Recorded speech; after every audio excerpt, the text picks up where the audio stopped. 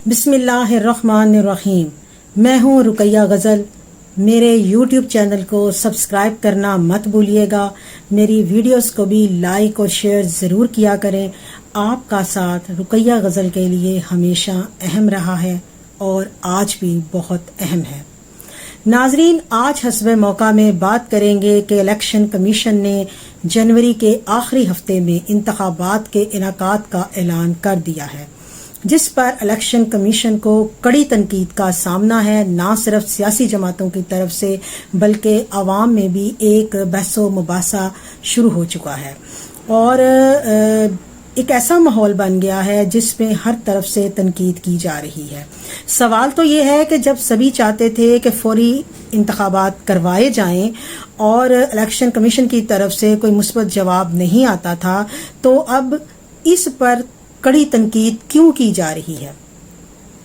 आप बखूबी जानते हैं कि सदर ममलिकत ने नवंबर में इंतखाबात करवाने का कहा था, लेकिन उनकी बात को कोई अहमियत नहीं दी गई, बल्कि उल्टा उन्हें भी तनकीद का निशाना बनाया गया था।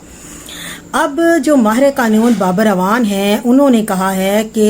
इलेक्शन कमीशन ने इस ऐलान से न सिर्फ आइन की खिलाफ वर्जी की है बल्कि वो तौहीन अदालत के भी मुर्तकिब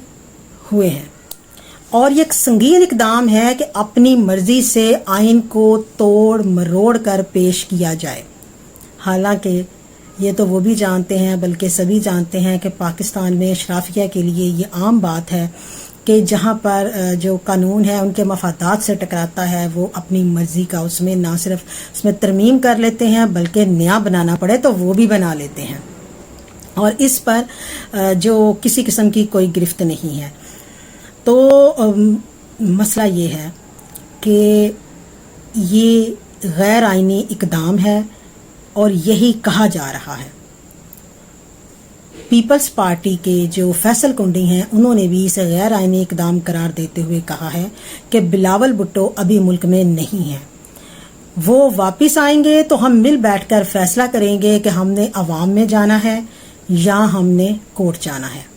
तहरीक इंसाफ ने भी इसे गैर आइनी इकदाम करार दे दिया है और नून लीग खुश है तो हमें समझ नहीं आती क्यों खुश है, हालांकि उनके पास तो वोट बैंक ही नहीं है। और इस वक्त जो नून लीग और करता दरता के दरमियान जो डेड लॉक की सूरत हाल पैदा हो चुकी है, क्योंकि उन्हें एक उनके अंदर से जो इंतकाम था वो बाहर आ गया है और वो बहुत से अफराद को इंतकामी कार्रवाइयों का निशाना बनाना चाहते हैं। तो इसलिए जो कि मानी नहीं गई बात और एक डेड लॉक की कैफियत पैदा हो गई है, जिसमें उनका आना भी अब ख्वाब ही नज़र आता है। अच्छा, अब ये है कि फिर क्या हो सकता है। तो इन हालात में अगर हम इंतखाबात की तरफ जाते हैं तो वाज़ह नज़र आ रहा है कि एक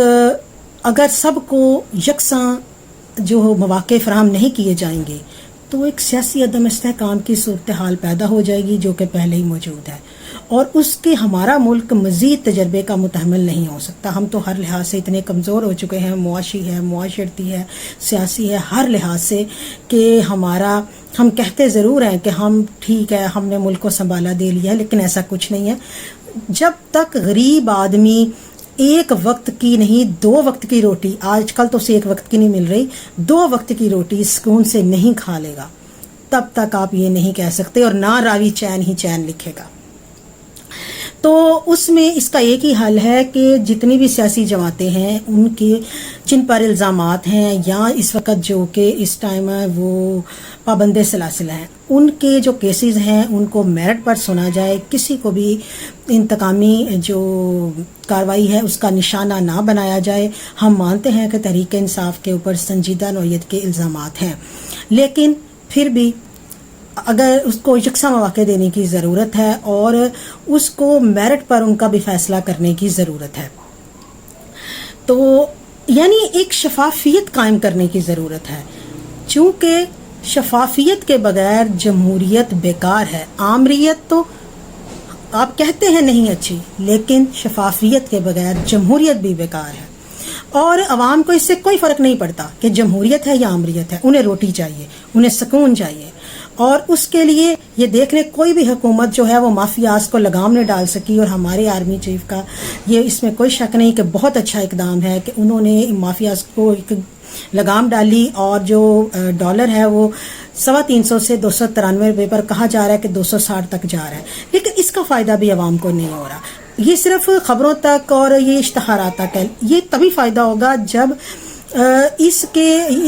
جو عوامی ضروریات ہیں یا شائع ضروریہ ہیں، شائع خورد و نوش ہیں، ان میں قیمتوں میں کمی واقع ہوگی، اور وہ قیمتیں جو کہ سال ہر سال سے بڑھ کر تمام تاریخی ریکارڈ توڑ چکی ہیں وہ زمین پر آئیں گی، اور پرانی قیمتوں پر ہر چیز ملے گی، اور پھر راوی چین ہی چین لکھے گا۔